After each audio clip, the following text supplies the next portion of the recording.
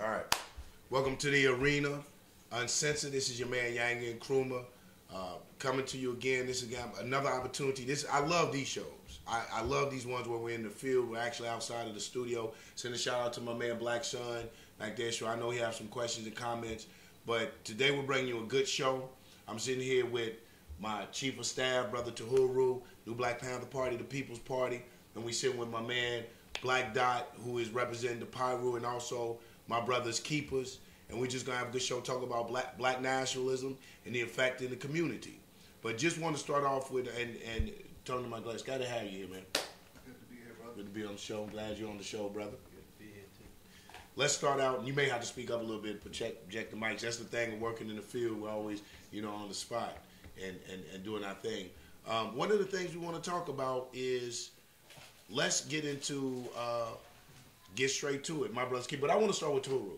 Turu, how did you meet Brother Dot, and what inspired and what brought all of that on? Well, when I see the brothers, especially the young brothers in the neighborhood, and I try to make myself visible and reachable to them. So if I see them all standing somewhere, I just kind of linger my way around and get in the conversation some type of way and start making the connection. So that's basically how I met up with this young brother right here. He was having situations with some rival gang members in the neighborhood, and me being who I am, being a Black Panther, I couldn't just sit by and one of the young brothers end up incarcerated or dead, So I had to intervene. So I pulled the young brother to the side and started rapping with him, and found out that beneath the surface, he actually got a lot of good stuff going on that can benefit the community. Okay. So I'm willing to, work with this brother and other brothers and the Black Panthers, and we're gonna fill in and help out wherever we can. Right on, right on. That's absolutely right. That's our mission, our goals and objectives. There's no way we can sit back and, like you were saying, profess black nationalism and proclaim to be a productive, progressive black man and watch our young people head down a path of destruction. And one of the things, though, when we're talking to Bro.Dot, called the brother Black Dot. We're talking to Dot. I know I actually know a Black Dot. That's we're right. We're talking to Dot. And during the course of our conversation, you was telling me a little bit about Brothers Keepers. Right. If you could go a little bit into that and tell us exactly what that's about. Well, Brothers Keepers is an organization. The community, me and a couple of other brothers in the community. Mr. Willie, Demetrius, and even Taru here. He helping us out with it too. It's an organization that we want to bring together, not only for people in the community, but people outside of the community as well, as to help with the community out. Doing activities as far as grilling for the community, giving stuff out to the kids. Making sure everybody in unity and as one and as a whole. Okay. Basically a brotherhood. Okay, I like that. It's more of a brotherhood. Now, some people would say that that's strange. I think, what people would say that they find strange is, and they use gang, we say street tribe. As I understand, to take this negative connotation or negative stigma that has been attached to our youth. Right. But they would say it was strange for someone that was in a street tribe, being Pyru, to really want to do something productive or something positive. Do you feel that that a bad reputation or a bad stigma is attached to the young men and women that clean together for survival or, hang together? I'm glad you brought that up, because a part of me does feel that way, but another part of me thinks, what if they see someone, Pyru, blood, not even just blood, Crip, GD.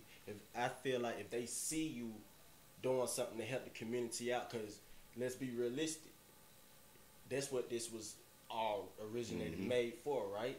And as I, go back in history, a Panther, I believe GD, Crip, Blood, Pyru, all this is based off the Panther, and originally you supposed to help the community. So that's what I'm really out here trying to do, bring what was originate originally made back to the community.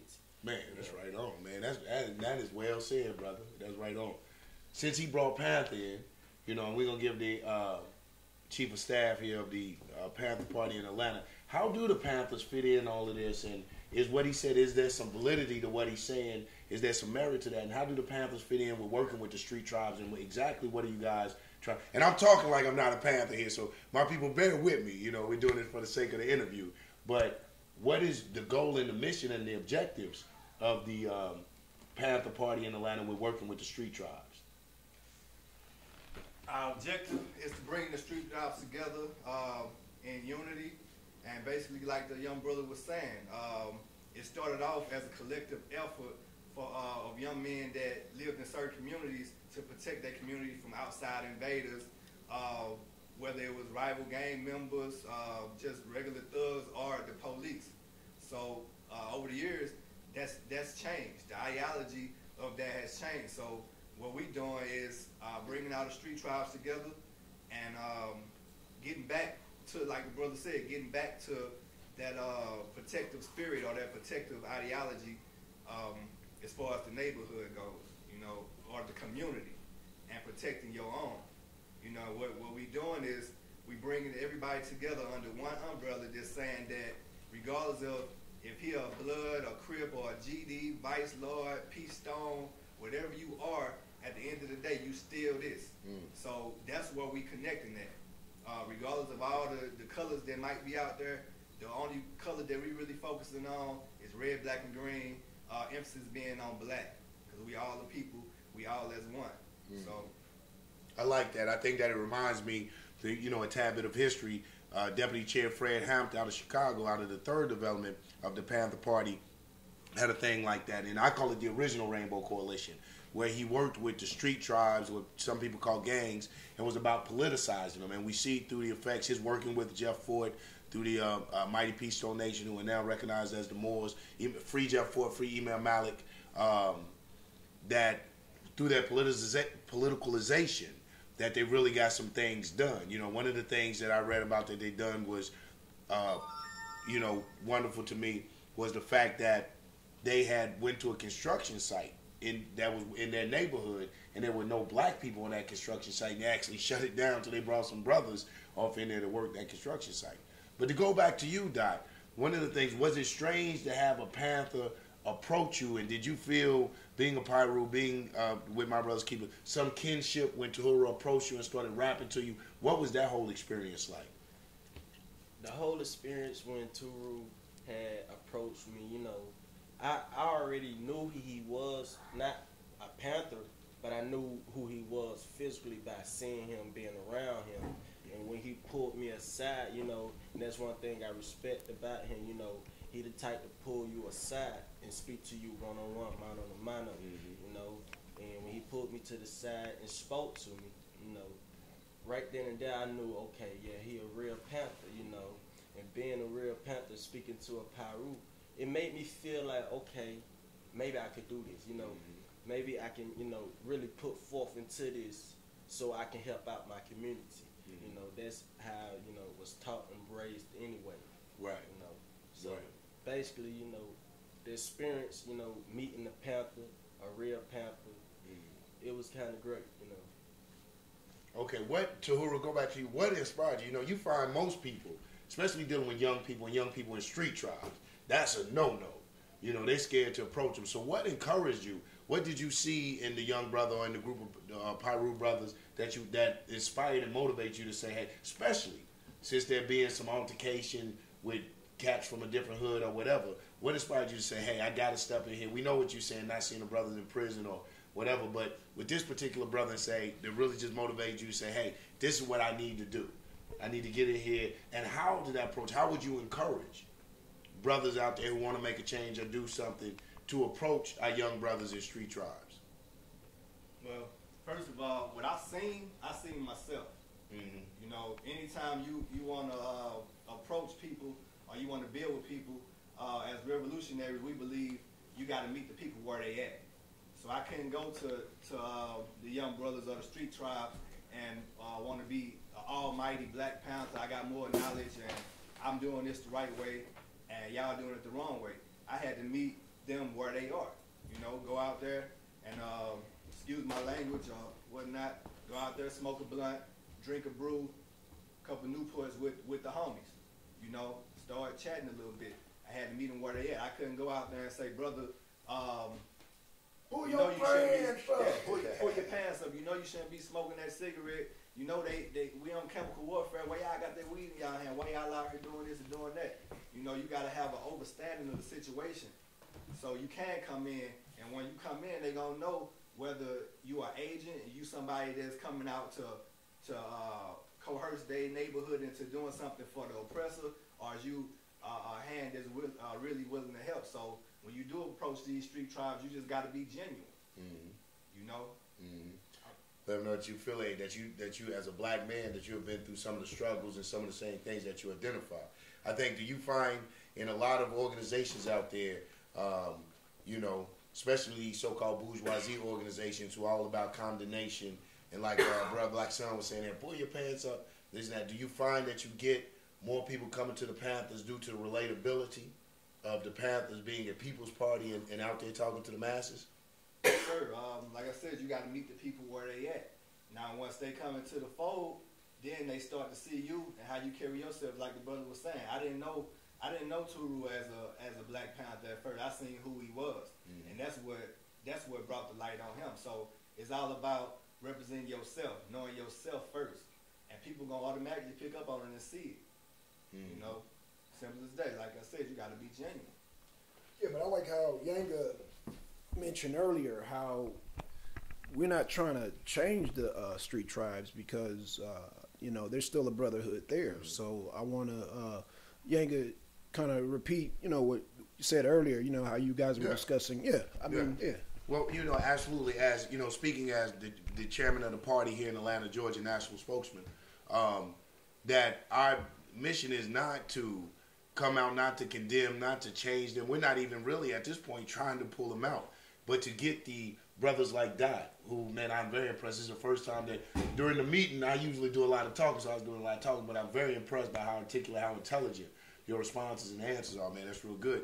But to get brothers like Dot, who have the intelligence, who have the ability to understand the overall mission of black nationalism, the importance of working together collectively, and to politicize them, and to have them go back amongst their peer group, and to understand that the behavior that we're demonstrating and the behavior that we're practicing is destructive, not to us just as individuals, but destructive to us as a people. So our whole thing is, what ends up happening is, a lot of times you get the people that try to pull them away from it and try to do the Willie Lynch, the divide and conquer. Oh, you're no longer like them. They're like crabs in a barrel. You know what I'm saying? But I always say, when they say crabs in a barrel, I say, why does it have to be a crab trying to pull you back down? Why can't it be a crab saying, pull me out too? That's right. You know what I'm saying? The only problem is when they pull them out, they just don't know both of them going into the boiling pot. You know what I'm saying? So that's our whole mission as a whole, as Panthers, is to try to come together collectively and to politicize and have them go back to their people and teach their people, you know what I'm saying, their peer group and their relatability. So that's my question to you, as coming to the Panther, having come to one of your first Panther meetings, meeting some of the officers in the Panther Party. What is the attraction, and do you feel that it relates to what you do, or you can take that message back to your people that there's some coalition, some connection there? Yes, I believe I can, go back into my community and, expound what is being said and what is being taught right now, not, right on edge, just piece by piece, because, already, Pyru you already know that means, political independent revolutionary union. Political, in order to defeat, we must stand against the enemy. The enemy to them, to our people right now, is ourselves. Man, will you repeat that one more time, That's right, brother? Repeat that one more time. That was heavy, because I didn't know. You know what I'm saying? So that was heavy. Repeat that one more time, man. The enemy, political independent revolutionary union, political independent revolution. I just like saying it because, it really brings out a whole lot. And being that we got to defeat our own enemy, now how it's set up, our enemy is ourselves. When they don't know, you know, our enemy is not you. You want to be together, you know what I'm saying? Independent. We choose as a group of men who didn't like to be told what to do. Right. Yes. You know, and then you got, you know, revolutionary, you know, we stand to block oppression. Yeah, you know. Then unit. No, go ahead. You said something that I wanted to address. You said they didn't like to be told what to do. Right. So then explain to me, how do you think, as a young man being in the Blood Nation, I like to call it Nation myself, lasted so long? Because you got a bunch of brothers that don't like being told what to do, right? Right. So how do you think that structure worked for y'all? I mean, how did you guys endure? Because, you know, the first thing that, you know, people, not only the white man, but people outside of the circle is like, well, where's their leadership? I mean, who's in charge? I mean, you know, and, you know, what I'm trying to convey to the audience is that what you just said in your structure is black nationalism, but I want you to explain it in your own words. Like, how does that work? Like, like the structure, like how it came together, or no, like how do you guys? Oh, yeah, I'm saying basically like how do you receive, or do you work collectively? Is it one leadership? You know, like how do you come to decision making when you have to make decisions and things of that nature as a people, as a unit? How does that work? It's really like, you know, everyone is equal. that's right. We all are equal. Staying in this, you know, Pyru, you know, they say Pyru and blood the same, but really Pyru is branched out of blood. So, you know, the stain in Pyru doesn't matter what your stain is. We already know, you know, okay, you got to respect this person to and start, but we all are equal. We all are equal to this point, you know. We got to say so in what goes on, you know. You got the big homies, you got the OGs, the double OGs, but we still all have a say so, you know, in the order and what's going on. And that's how we came together, you know. You know, just, you know, we ain't out, you know, just doing this, doing that. You got to have your mindset right before you can just go and do, you know. And that's why you always got the big homies and know people above you. Not saying they're above you, because you already know me. Only person above me is God, you know. But they act as mentors and advisors. Yeah. And but not your king and not your. Yeah, that's right. Exactly. Right. And that's how we see him as a mentor, you know. And that's how we go about that, you know. Interesting. It sounds like black nationalism to me. Sounds like it to me so too. Everybody's equal. Everybody got a say, right? You hearing it here? Back to one by, democracy. As Panthers, one of our 10-point platform is self-determination. That's what it sounds like this brother is saying. Like young men that don't want nobody telling them what to do. They want to determine themselves. So they come to the street tribes and get I guess a aspect of self-determination. So now let me ask you a quick question. You know, but I tell you, boy, these niggas on the street keep that. Oh, I'm sorry. I got a double personality. You gotta get that. So your decisions, your counsel, is made in the open. There's no secrecy, right? None. No whatsoever. And explain why. Can you explain the importance of that, or do you think? I mean, give us your take as far as, you know. I mean, do you find it to be more effective where people making decisions out in the open in case there's a disagreement, or? Well, you know, decision making is really, you know, I feel like if, you know, not me personally, but in general, you know, not even with, you know, gang banging or whatever, not banging, me personally, if there's going to be a decision, if you got a problem or anything and you need a decision to make, you know, if you got to say so, you got to say so. How we do it is, if one person say no, it's a done deal. You know, it's not, okay, we about to go pull up over here and, you know, right, bust this house down. Oh, if he say no, it's a done deal. But it's always, okay, you got to have a reason. Okay. You got to have a reason to, you know, go and do something that's, you know, worth your life, you know. Exactly. And it got to be a reason, a real reason, you know, like, you know, girls, you know, all that. Nah, you know, if it's somebody coming towards your family, you know, like the situation I'm having, you know, as we speak. Right. You know, I'm not gonna put it out. No, it's all good. It's all good. Yeah. But you know, like that. You know, you gotta think before you can move. You know, think before you act. You know. So basically, you're saying whatever decision I want to bring it before the council, see if everybody agree with it. Right. You got to have a reason. And here's the funny part. These are the people they call gangs. They have a tighter government. Yes, they do. Right. That's why, Jack David, these Black Panthers, Black Knights, they're a threat to national security. Goddamn! I'm sorry. They really have a problem with that. Yeah. Hey, you got to get. I'm Black Son, but I have a hidden personality called White Son. So he comes out every now and then, and goddamn discussing with these niggers. So you don't take it to heart. It's just because we got to give some type of opposition. So that have to give people a heads up. But you have to love it. You have to love that through, and it shows you when you're talking about young men who have come to this realization that this is democracy, the right to have a say, the right to self-determination. Right. Like Tahuru was saying, is a natural process.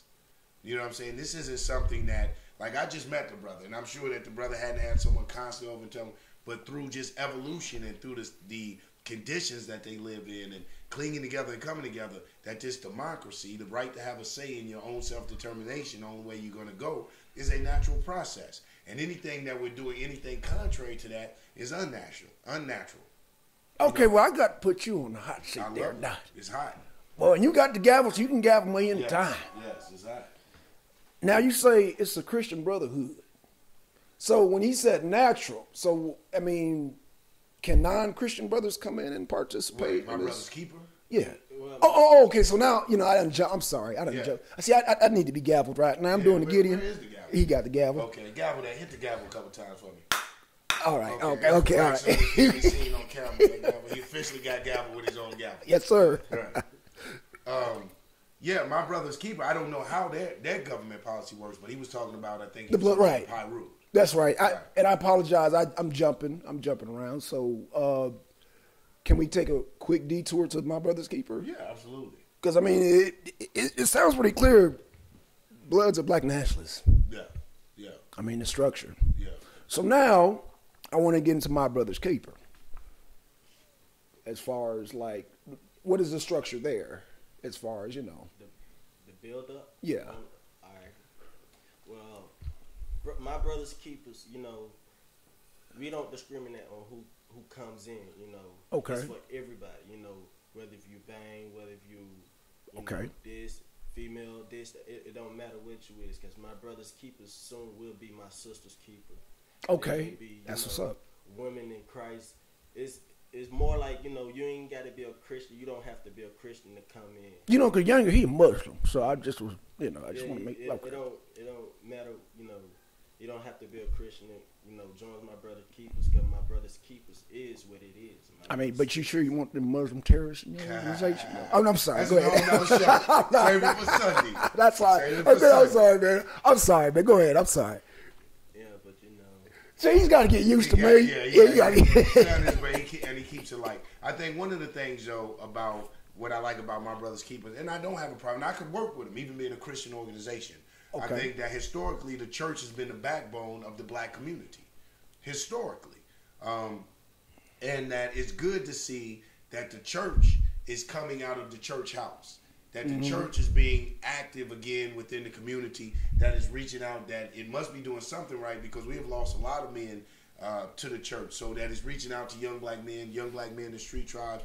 As long as I don't have a problem. Black nationalism is just that. You can be any religion. You can be any whatever. We simply say, as the Honorable Marcus Messiah Garvey says, race first. That's right. You know what I'm saying? If you're going to be a Christian, be a black Christian. Do those things that if you're going to emulate Christ and mimic Christ, because I think Christian means to be Christ-like, if I'm not mistaken, then do those things that edify and build up the black community. Not to the isolation of any other people. Okay. I'm not saying isolate, helping, like how you Muslims do? No, we help everybody. Muslims help everybody. The problem with... As long as they accept Allah. I mean, we help everybody. The problem is like, by them having to have an enemy, they have turned the eyes on Islam. That's right. There's no disrespect to Christianity, but Christianity was one of the religions that was handed to us during slavery. And so was Islam, God dang it. absolutely, Okay. absolutely. Okay. And Islam was handed to us during slavery, during the Arab slave trade. You know, you can gavel me if you want to. I know I'm. Yeah, okay. no. Okay. It was handed to us during the Arab slave trade.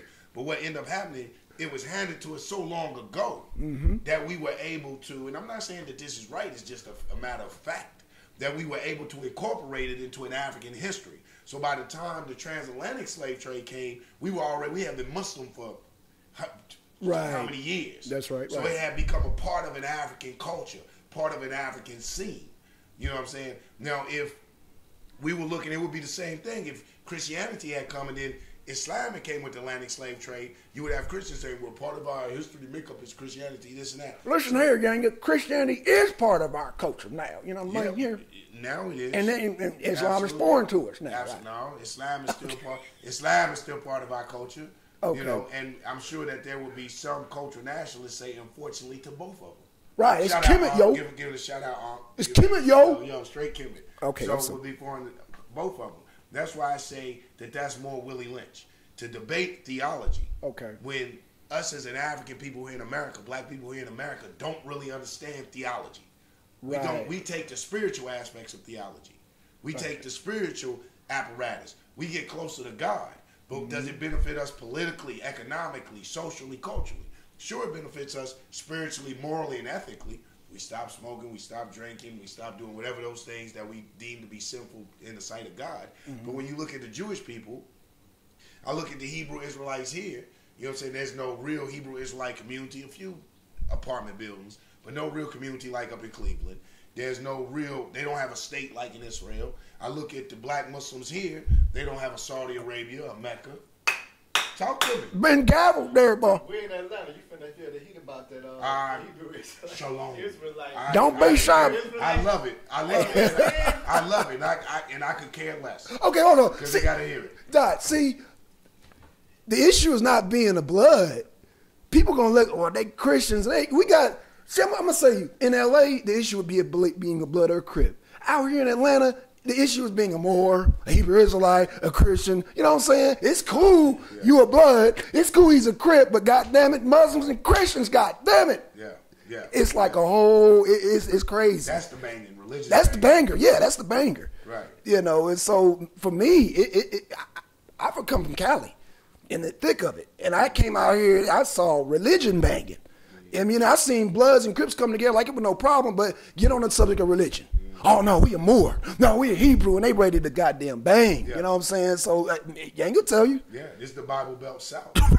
You know what I'm saying? So this is the South. Right, so that's why you were able to smooth by with the blood, you know, the nation blood, you know, because it's black nationalism, but the whole Christian thing, I think it's brothers, like you said, in the conscious community that bangs on a whole nother level. You know, they going to tell you, brother, see the Christians, see, brother, and they really do give you a whole spiel about that. Yanga, they give a whole spiel about Islam. They'll tell we the Kemetic people. I mean, I'll come along and say, man, I don't want to hear none of that because it's all gang banging on a whole different level. You know what I'm saying? So I think as far as Crips, Bloods, Gangs of Disciples, we had already recognized that we a nation because I just point out the structure.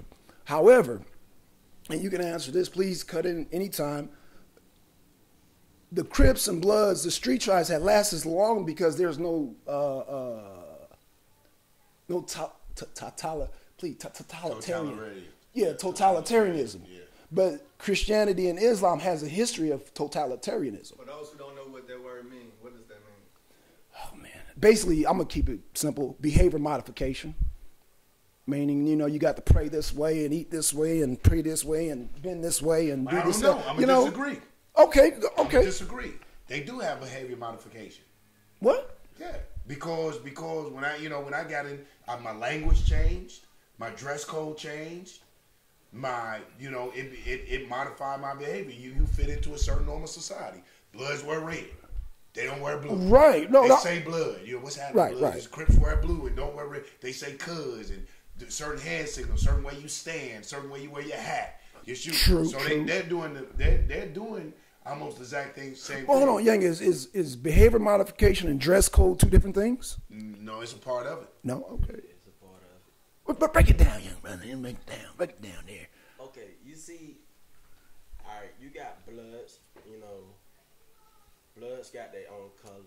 That's Bloods right. got their own shapes. Bloods got their own, dress Right. ways and everything. Crips got their own. Not even that. GDs, Vice Lords, all that. And Christianity, and I look at it. All right, you got a church. All right, you got to break it apart. In this church, what did this homes do? This church right here, okay, you got this right here. You got a certain pastor. You got, okay, every week you got a different pastor. Okay. You know what I'm saying? Every week you got a different congregation. Okay. All right. You'll notice on a Christian home, a Christian church home or a church ground, you'll notice certain things. You have, how can I put it? So what you're saying is that Put it. I'm trying to see how can I put it. So with the Brothers Keeper, do these stipulations come along with the whole church culture? Is what I'm asking. With the Brothers Keepers, no. The No. Brothers Keepers. I'm gonna give you a hypothetical. I'm about to throw a curveball. What if I come in on your organization? I say I'm an atheist. I don't believe in God, but I want to help you brothers out. Oh, gavel. Woo, okay. You get gavel. You get gavel. I think that because of Just religious asking. organization, right? Because a religious organization backs an idea. Black nationalism is basically putting the black people first. Okay. You know what I'm saying? So you can have an Islamic organization back something and be all inclusive to all people. Like I said, it goes back to us as African people. We only take the spiritual apparatus of it. We don't take everything Right. from the religious thing. Everybody benefits socially, economically, and politically from their religions except black people. The Palestinians, like Mariam was saying, the Palestinian Muslims don't have a problem with Palestinian Christians. Don't have a problem with Palestinian Jews. Do they got a Because problem they're with all Palestinian people. atheists and Palestinian homosexuals? Of course not. Of course not. Oh, boy. Of course not. Because they're all Palestinians. Would they let them run the government? Probably not. Oh, well, that's Would they not let fair. Would they let them with that? Well, their theology. But I'm talking about they will put. You have a Palestinian atheist over here. Mm-hmm. If you jump on that Palestinian atheist, I'm willing to guarantee 20 Palestinian Muslims will come to his aid. Yeah. Because they're black nationalists. You have a black Muslim over here getting his butt beat. I'm willing to almost guarantee you that he saved the brother here that I met. 20 black Christians might not help him, especially if he's like, oh, that's one of them Muslims. Wait a minute. They will rip out the phone? Yeah, we can film it. Okay. And that's what I mean. By us having a lack of identity, then our religion becomes our identity. Like I've said before, ask a Chinese man, what are you? He will tell you Chinese. You ask a Jewish man, what are you? Jewish. Right. Ask a Mexican or a Italian, he'll say I'm Mexican, I'm Italian. Ask a black man what he is. I'm a Muslim. That's right. I'm a Christian. That's right. I'm a Hebrew Israelite. So our identity has become identified with our religion. Right. And until we identify as an African people in America or whatever that we're claiming to be, but as an ethnicity and as a race, then and only then will we materialize and feel the power of black nationalism. Okay. All right, Brother Dot. Okay. So, I know you got something to say about that. You just sitting back there with the gavel. We ain't saying anything. What was White power. No, go ahead. I'm sorry. what was the direct question? Like, what is the question you were asking? The question, well, I had asked Brother Dot about, if basically does, when you say my brother's keeper, but then we're a Christian organization, does that isolate? Do you feel, I don't know if you're a Christian, you're a spiritualist, but do you feel isolated? Like, oh, those are Christian brothers because there's a certain expectation, like you got to behave like a Christian, or even if it was a Muslim, or like my brother's keeper were Muslim. So, I'm just saying, does you feel a certain isolation, like, oh, they just want Christian brothers? Or if there's a way that, because he said it's for all people. So I'm just trying to basically relay the message that even they say that there's a label, but there's for all people. You know what I'm saying? So, I mean, I don't know. My understanding, the Brothers Keeper is something separate from the Christian organization, right? Right. So to be involved in the Brothers Keeper, you can be from anywhere. You can be a GD, Blood, Crip, Christian, Muslim. It doesn't matter. But that man gabbled me when I said atheist, goddamn, goddamn. No, go ahead. I'm sorry. I mean, and that's his personal spiritual or religious beliefs. As far as the political standpoint and the community, the Brothers Keeper is something totally different. Okay. It's about keeping the community. That's right. Because he said it's not brother, it's is really sister, uncle, nephew, mama, everybody. You know, so it's about keeping the community, not keeping Christians, not keeping Muslims, keeping the community in whole, or the nation in whole, which everybody collectively makes up a nation. That's right. You know, you need everybody. You need doctors, lawyers, basketball players, football players, teachers, Bloods, Crips, all of them make up a nation. That's true. So, right. I believe the underlying principle of my brother keeper is nation building. Okay. Like nationalism. Okay. And it's basically to, you know, harm my soul. It's basically to grab all the, you know, men, because we look at everybody in the community, all the, you know, boys, you know, adults, that's grown right. men. We look at them as men. We want the men to come together, you know, and work together instead of fighting against one another. Because nowadays you got, that's what the crime is with the black males, you know. And we want them to come together, you know, work as a team. That's what this really is. That's why the title is I'm My Brother's Keeper. That's right. So that's what, you know. Do you think the crime is with black males, or is it our crime is more publicized and more put out there? Well, nice question. That's a good question. I feel, you know, personally, you know, despite, you know, what they do, we got to get in our mind, okay, we cannot make somebody else do anything. You know what I'm saying? Like, it's up to you to do it. If somebody tell you to go pull the trigger right now on this other person right now, what you want to do is, sorry, no, go ahead. you don't want to, you know, you can't just be like, okay, do it, and then just be like, you know, you get locked up. What you gonna say? He told me to do it. No, you can't nobody make you do nothing. That means what I'm basically saying is, if you do something somebody else told you to do, you already want to do it. You just want somebody else to validate. I'm gonna jump in. Accountable for their own action. Right. I'm gonna jump in. I think that it is. I do think that the black crime rate is high. I don't think it's just something that they're putting out there. I do think that we kill one another in disproportionate numbers, man. I mean, just keeping it real. But I do look at the social economic conditions. I look at the nature of any human being is going to eat. I don't think that we predisposition to crime. I don't think that black people just wake up, hey, I'm going to rob me somebody, I'm going to do some crime. I think that we're putting conditions to where you're sitting there looking at a crying baby that you know, you're the last hired, first fired. That's right. That, you know what I'm saying, that you're targeted for crime. And that's why they privatize prisons. I think that they, you know, they say, well, you don't have to make these decisions. But hell, if, you know, when you're put in a trap, yeah, you have your own mind, can make your own decisions. But when they give you the building blocks, see, that's what we say as black nationalists. We don't want a piece of the pie. We don't want your building blocks. We want to be able to produce our own building blocks and manufacture our own society and own structure. When you give us the building blocks, your building blocks already contain crime, poverty, and every type of sickness and depravity to man. You know what I'm saying? Because you're willfully hindering and obstructing us. You know, so that's what I do believe. I do believe we do a lot of things to each other, but I believe that traps are laid so that our young men will make certain decisions. Well, let me ask this question. My brother's keeper, do you guys have a political agenda? Not really. As far as the government? Yeah, as far as like, I mean, like, you know, Yanga mentioned earlier about Kasim Reed, you know, how the monies was allocated to all towards other stuff. And I'm just wondering, you know, sound like what part of your organization is building the community, but part of that community is bringing funds into the community. So we could have rec centers and we could have, I don't know, libraries or you know. Well, right now, you know, we just building.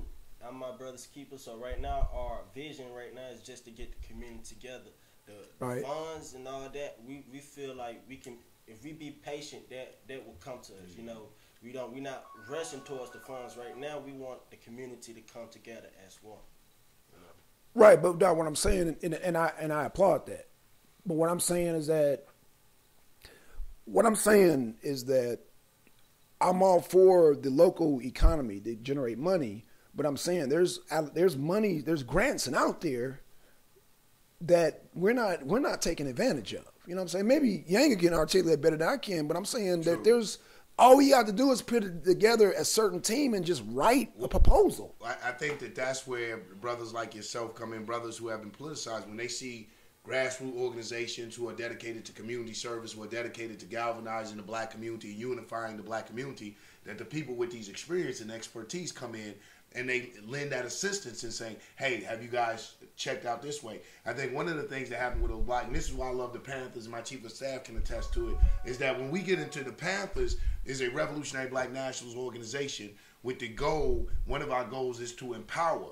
And this is why I'm glad that the brother came and signed up with the Black Panther Party, is to empower other progressive black organizations by aiding and assisting. Okay. Too many black organizations have got into the thing of like religion, where they're coming off, I'm the primary organization, I'm the supreme black organization. Right. If you don't do it this way, you're not going to be salvation. Like Chief of Staff said, you know, a nation is comprised of many people. So it's going to take the Muslims, the Christians, the spiritualists, the Hebrew Israelites. It's going to take the organizations that are dedicated to political empowerment, economic empowerment, social culture empowerment. The Panther Party is saying that we're willing to work with all of these organizations and to aid and assist in them strengthening their various departments and their various specialties to help us as a black people. We're not saying that we are the premier organization. We're just saying that we are some people who have dedicated our lives, and this is the route we're taking, revolutionary black nationalism.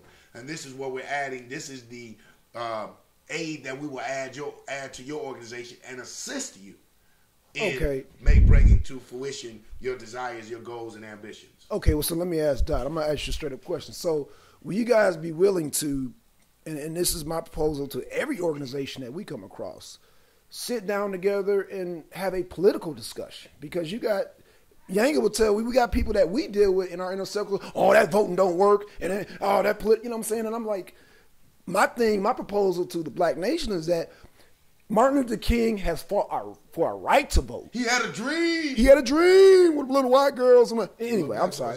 Holding hands. But my thing is, my argument to my people is that we don't know how to vote. See, we think just voting is just going in there, vote for Obama and walk out. No, they're like, okay, you and what group, what voting block went with you? Did you all agree on, you're going to vote for this candidate? That's how you vote. You know what I'm saying? So, and I ain't going to tell you, I've argued with elders up and down. They say, they don't vote, no work. But every single time they went in there by themselves and voted. But these other groups that I've been across, they vote as a group. They come down together, come collectively and say, okay, you know what? Candidate A, B, and C came here and they promised us this and that. So who are we going to vote for? And we're going to hold them accountable. This is all in the process of learning how to vote and how to play the political game. And so what I see with your organization, along with the Bloods, I see a nice, juicy voting block there. I really do. So what I'm saying is that will your founders, or will they come together and sit down and let's discuss, getting some of these allocations? All it takes is just writing a proposal. But what I want to say is our end game, can we agree on candidate A, B, and C, and can we hold their feet to the fire? And if they don't come with their promises, because a lot of people say, that don't work, then we vote them out and go with the next group. So I'm just asking, as founder, will you guys be willing to sit down and we discuss a more political power so we can get the rec center, so we can get the new schools, so we can get, in fact, get policies passed where the police won't be harassing you. You know what I'm saying? Because right now in Georgia, they're saying 2 or 3 brothers together is a gang. We have the power to say, no, that's some bullshit. That's some bullshit. But only through voting can we express that. We can't just say, man, that's some bullshit, man. F the police. You know what I'm saying? No, we got to politically do that. And a police chief would be like, hey, don't mess with them. Don't mess with them niggas, boy. They'll vote me out of office, and I'll be unemployed just like them. So that's just my 2 cents. Well, I believe, if we sit down and, come together as one and, go over what's, who to vote for, and, as far as that, it could be a decision made, where all of us have one vote, and the vote go to that same person. Right. And let me say this too. I want y'all to feel like, come with a list of demands. We're not going to blind vote. You know what I'm saying? I want you to come out with a list of demands. All your brothers come out with a list of demands, and that's why I'm glad that, I'm saying this for the record, that my brother has never been convicted of a felony. Goddamn, that means you can hold guns too, and goddamn make political decisions. So I wanted you to keep. I think one of the brothers said something about catchable cageable, Killable. and killable. You know what I'm saying? These are strategies to get you out of the political atmosphere. You know what I'm saying? And so when I'm saying to young brothers like yourself who has a clean record, you know what I'm saying, that you guys are a political power. And so what I want to propose is that you guys write down a list of demands. You write down 5, all your homies write down 5, and maybe 10, and I'll bring it to the table. Me and Yanga and Taru, we're going to do that with all the organizations, and we're going to come up with the top 10, top 5. And then we're going to have actual political people come down. If you don't come through this political arena, your ass is done. You know what I'm saying? And they gonna know, okay, we gotta go down to Mud Brothers Keeper because they got a large voting block. And you're gonna see politicians come down here. I don't care who's running, they're gonna come down and knock on your door and be like, hey, Brother Dot, we've been friends for a long time. You're gonna be like, I ain't never seen this cracker before in my life. You know what I'm saying? But and Yanga will tell you, we've had Andrew Hunt on there. Andrew Hunt, gubernatorial candidate, someone running for governor, actually came to our show. Right. He knew that he was looking for that black vote. That's right. He knew we was the voice of, or at least the vision of, or the media, independent black media to black people. So, but in our conclusion, wrapping up, man, let's let Tora say and everybody get a last minute, or you two at least. I done talked my minutes out. Tora, in the closing, man, what, as a summary, what do you think, feel, to all of it, to everything? I feel coming together with the street tribes and the various organizations out here, I feel we're gonna put out our knowledge, with our know-how, all our strength, and our money together collectively as a people. Then we could go and we could pay some politicians to speak on the issues that we want spoken on. It's one thing to have a lot of demands, but how are you getting your demands met? The people that are getting their demands met right now, whether you gay or lesbian, whether you Ku Klux Klan, whatever you are right now, the people that's getting their demands made are the people that's willing to come together collectively as a group, put their money together collectively, and pay some of these politicians to talk about your issues. And let me say this, since when we'll be out in the field, and you'll catch a lot of the arenas out in the field, Black Panther Party, look to see a lot more from my chief of staff, Tahura, out here, man, who's doing wondrous works in the field, Bro.Dot, and out here doing some tremendous things. So look to see a lot more of him on the camera and on the Arena Uncensored in the field. We're going to start calling these segments the Arena Uncensored in the field. That's right. Start looking to see a lot more of our in the field correspondents. Brother Tahura, chief of staff, Black Panther Party, just all around revolutionary. Dot, my man, which, man, has been a pleasure to come on, man. I'm going to tell you, I was pleasantly surprised. Like I said, your intelligence, your algorithms, way you brought across. I really look forward to working with you as a revolutionary, as a Panther, and just as a black man all the way around. But do you have any last comments in the closing? Any summaries, any things you like to share with, our viewers? I feel like, I feel like, hey, Mom!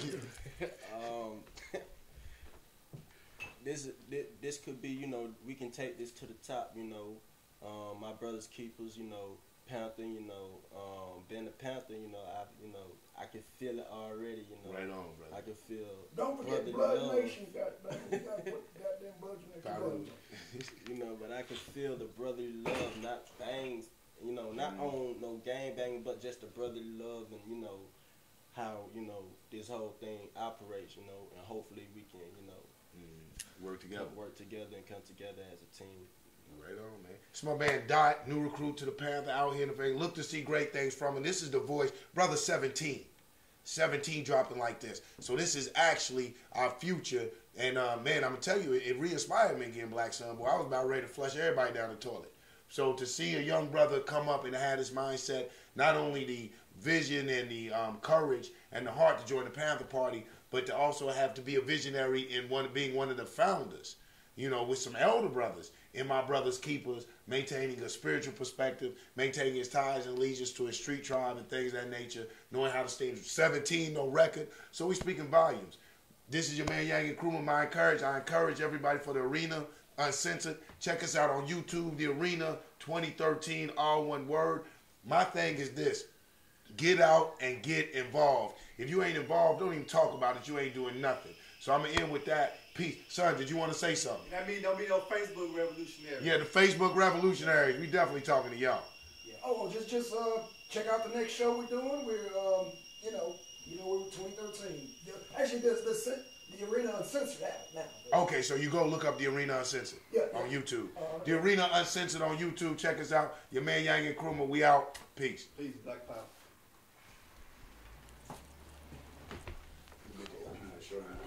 Excellent, excellent.